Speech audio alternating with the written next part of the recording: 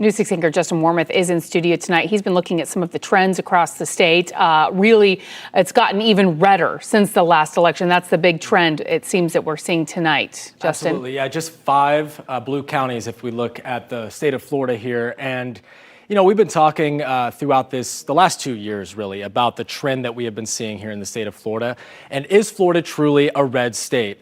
Based on what we saw in 2020 with former President Trump defeating President Joe Biden by 3 percentage points, we said that is a landslide by Florida election standards, certainly in the past couple of years when we look at statewide elections. But this right here, a 17% margin of victory, as it stands now, we still have a few panhandle districts that have not reported any results yet.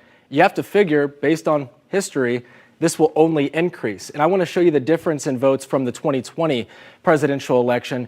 You see former President Trump with 51% to President Biden's 48%, obviously doing better with Governor DeSantis there. But take a look at Miami-Dade County, something we had circled. We thought this was significant, with President Biden only defeating former President Trump by 7 percentage points. That's something we haven't seen in the last several election cycles. Today, look at these election results. An 11% margin of victory in Miami-Dade County, once considered a Democratic stronghold. That is certainly not the case. Another thing I want to point out, Osceola County has gone blue several election cycles in a row. Obviously something resonating with the Latino vote with the Republicans, because President Biden won by 13 percentage points.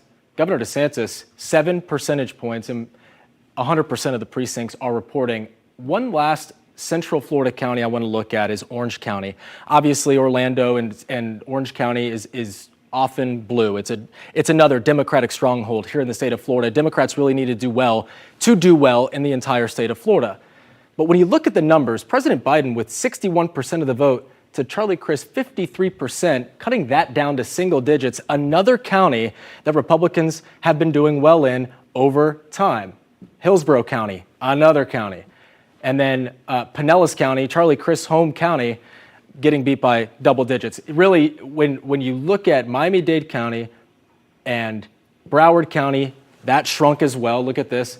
DeSantis doing better than Trump in Broward County. Palm Beach County, the same thing. All these Democratic strongholds were once Democratic strongholds, getting that margin of victory lower. And then you look at the state of Florida with how much red is out there. It is virtually impossible for Democrats to do well in statewide elections. But I want to take you through these statewide elections, because Val Demings, 15%, that's the best statewide candidate as far as results are concerned tonight against Marco Rubio. It's just a bloodbath. Boom, boom, boom. 16%, 14%, 14% across the board in these statewide elections. There are some close other races that we are watching and we're continuing to wait results on, including some state house races as well. We're going to go over those and bring you more coverage throughout the night here at the election board, but send it back to you guys for now. All right, Justin Wormuth, thank you.